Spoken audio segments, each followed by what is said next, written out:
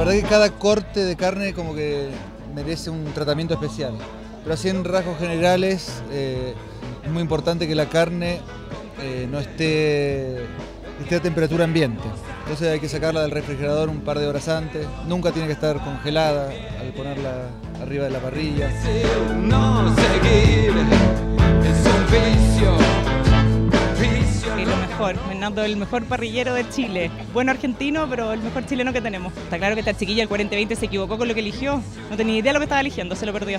A pesar de ser una figura de la televisión, se nota la humildad de él y no, genial. Además que todo muy bonito. Le propuse esta idea a la gente de Bosca, que estaba lanzando la nueva línea de parrilla. Bosca siempre había sido de chimenea, de calefactores.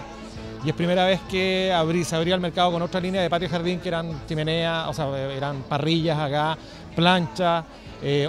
Posteriormente van a venir otras que también son a leña para casa.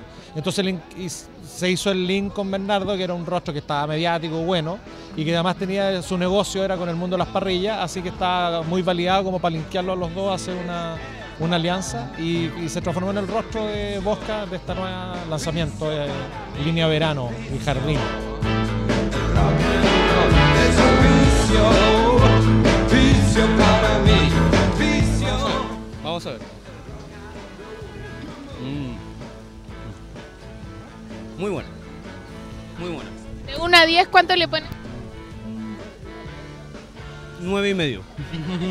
Hay cortes que ameritan cerrarlos antes, la mayoría por lo general no, o en la misma parrilla o después. Lo de la cebolla para limpiar la parrilla lo uso mucho, igual le da un aroma, es algo muy sutil que igual le queda bien. Y con los ácidos igual de la cebolla igual un poquito también la limpian, así que está bien utilizarla, yo lo apruebo esa parte. ¿Se perdió la Dominica este maestro parrillero?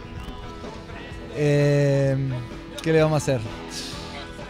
Se lo perdió, pero está igual con el Joche, estará bien ahí, el Joche también tiene lo suyo. No seguir es un vicio.